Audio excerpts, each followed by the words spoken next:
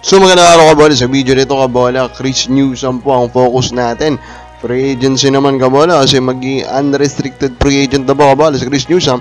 Kaya papangalanan ko po kabola yung top 3 teams sa balay ko, talagang dapat pong bigyan po siya ng magandang offer. So may di pa nakasubscribe, pakipindot naman po yung subscription bola. Start po muna dito.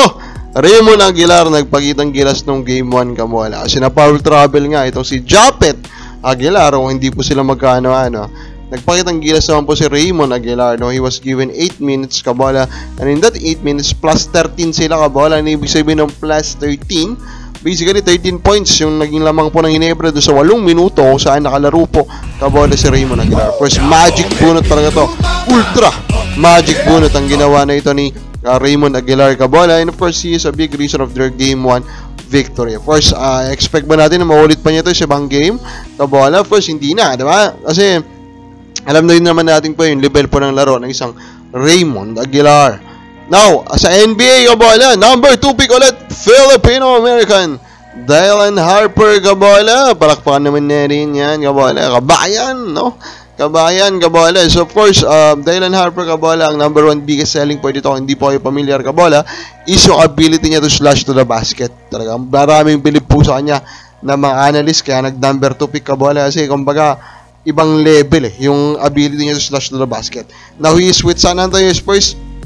Kakampi niya po si Wembanyama kabola, who is arguably po the next big thing dito po sa NBA.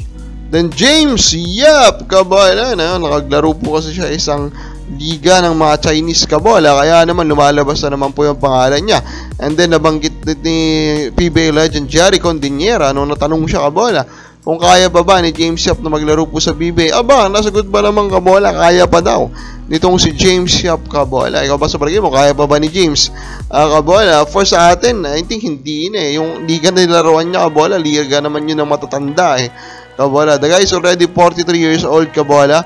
Unless, of course, isa lang po yung rason sa palagay ko na dapat niyang talaga i-consider pagbalik sa PBA. And that's of course to play one last game para dun siya mag-retire dito nga po sa Magnolia of Pure Foods franchise kabola. Comments muna tayo mga fans. Susan Hermosura, yung kayo ay minamalit nyo lagi TNT, sige lang, let's see nyo, wag nga assuming. Go TNT, tropang giga, God bless. Hindi yan fake news yan, okay. Michelangelo de Guzman, then John Rabino, ROS at Jeans yan kabola. So yun yung kanyang prediction patungkol po dito sa PBA Finals kabola. So now, Chris Newsome kabola, first unrestricted free agent na po siya kabola. Again, rule po ng PBA kabola, they're allowing them to choose their team. Kapag unrestricted free agent ka po kabola, you can choose to sign with any team, walang issue doon. Yung mga restricted free agent kabola, sila po hindi pwede. I mean, pwede naman sila po, pero may karapatan po yung mother team na yun po ay i-match yung offer at babalik sila sa mother team kabola. So yun, sino yung tatlong teams na sa balay natin dapat i-consider na bigay po ng maganda-ganda or super ganda na offer dito kay Chris Newsome. Number 3 natin will be the Terra Firma / Zamboanga Valientes franchise kabola, di ba?